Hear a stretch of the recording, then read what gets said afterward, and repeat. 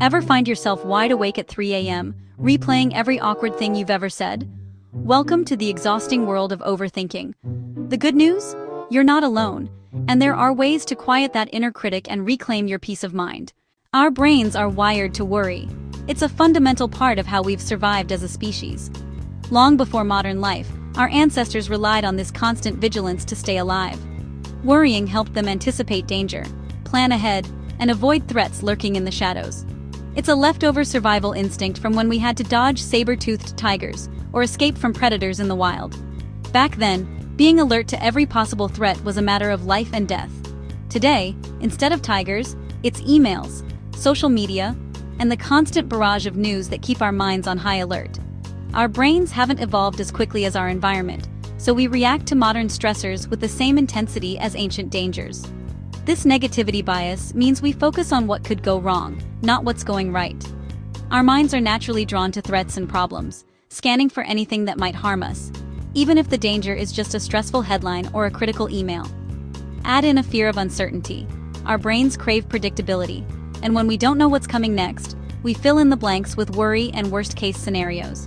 And memories of past failures or disappointments can make us even more cautious, replaying old mistakes and fueling our anxiety about the future. It's no wonder our minds get stuck in worry loops, replaying the same anxious thoughts over and over, especially late at night when everything feels bigger and scarier. But just because your brain is wired this way doesn't mean you have to stay stuck. By understanding why we worry, we can start to break the cycle, retrain our minds, and find healthier ways to cope with life's uncertainties. Let's break the cycle together. Try the 5-second rule. When you catch yourself spiraling, count down 5, 4, 3, 2, 1, and physically move. Stand up, stretch, walk to the kitchen, or dance for a minute.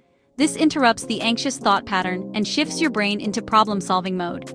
It's like changing the channel on your mental TV. Next time you're stuck replaying an awkward moment, count down and do something physical. You'll break the cycle and regain control. Simple, but surprisingly powerful. Instead of letting worries take over your day, try giving them a dedicated time slot, just like you would for any important meeting or appointment. Schedule a daily worry date for yourself, where you allow your mind to focus on your anxieties, but only during that specific window. Throughout the day, when anxious thoughts pop up, don't try to push them away or solve them immediately. Instead, jot them down in a notebook or on your phone, knowing you'll revisit them later.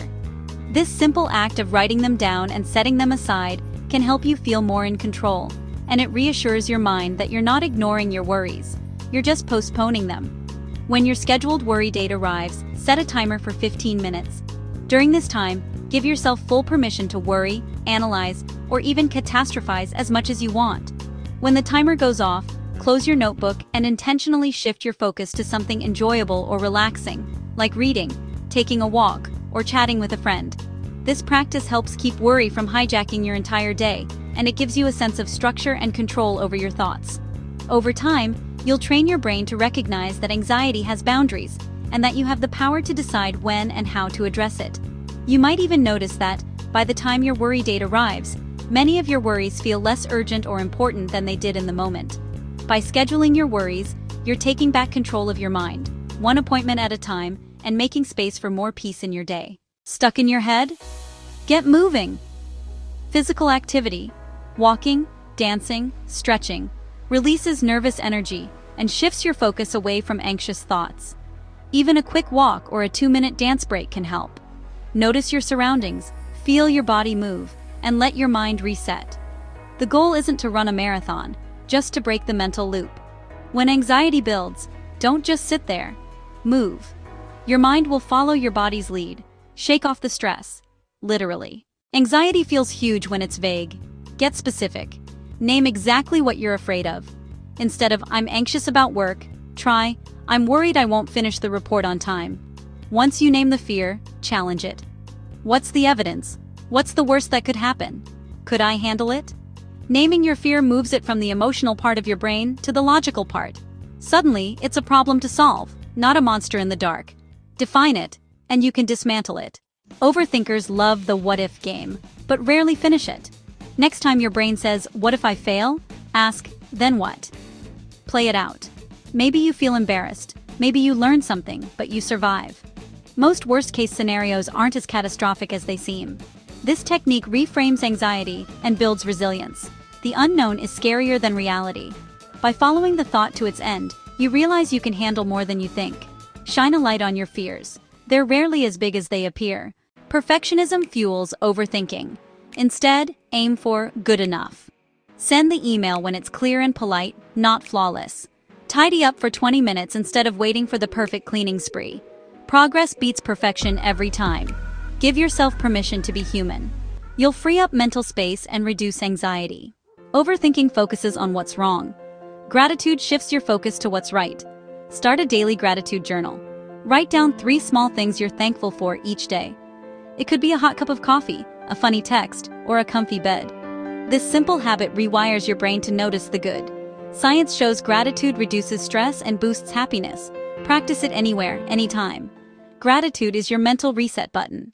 Imagine your mind not as a wild, tangled jungle, but as a garden, one you have the power to nurture and shape. While a jungle grows unchecked and chaotic, a garden flourishes with intention, care, and patience. Every thought, feeling, and habit is like a seed you plant. Some seeds grow into beautiful flowers, while others, if left untended, can become weeds that take over. The difference lies in how you choose to tend to your mental landscape.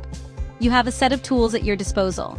Tools that help you interrupt negative spirals, schedule time to process worries, move your body to shift your energy, name your fears to shrink their power, and play out the "then what" game to gain perspective. Embrace the idea of good enough instead of perfection, and make gratitude a daily practice. Each of these actions is like tending to your garden, pulling out weeds, and nurturing new growth. Remember, you won't banish anxious thoughts forever. No gardener can stop every weed from growing. But you can change your relationship with those thoughts, learning to observe them without letting them take over. Thoughts are like clouds drifting across the sky. You don't have to chase after everyone or let them block out the sun. Let them pass, knowing you are grounded in your own peaceful space. Be the gardener of your mind. Pull the weeds of self-doubt and negativity, and plant seeds of self-compassion, hope, and gratitude. With each small act, you shape a more vibrant, resilient inner world. With daily care and gentle attention, your mind becomes a more peaceful, welcoming place. You already have the tools you need to cultivate this change, so take a deep breath, put on your gardening gloves, and go tend your garden. Your mind will thank you for it.